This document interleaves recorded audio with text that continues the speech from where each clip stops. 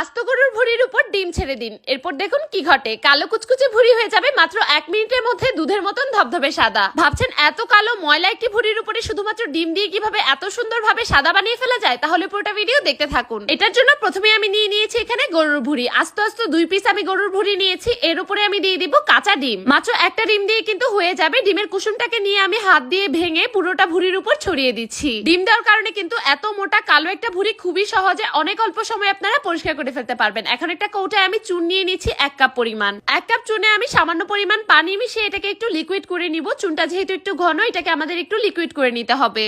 হালকা লিকুইডি একটা মিশ্রণ তৈরি হয়ে গেলে কিন্তু চুনের মিশ্রণটাকে আমি নামিয়ে নিব। এখন আমি ভুঁড়িটাকে প্রথমে ডিমের মিশ্রণের সাথে ভালোভাবে চুবিয়ে নিব। এটা যেহেতু আমি ভুঁড়ির এক পাশে ভেঙেছি, অপর পাশেও কিন্তু ডিমটাকে ভালোভাবে লাগিয়ে নিতে হবে। দুটো ভুঁড়িতেই ভালোভাবে ডিম লাগিয়ে এখন আমি চুনের মিশ্রণটাকে ভুঁড়ির উপর সরাসরি ঢেলে দিচ্ছি। চুনটা দেওয়ার পর অল্প একটু পরিমাণে পানিও আমি এর উপরে দিয়ে দিচ্ছি। পানিটা দেওয়ার পর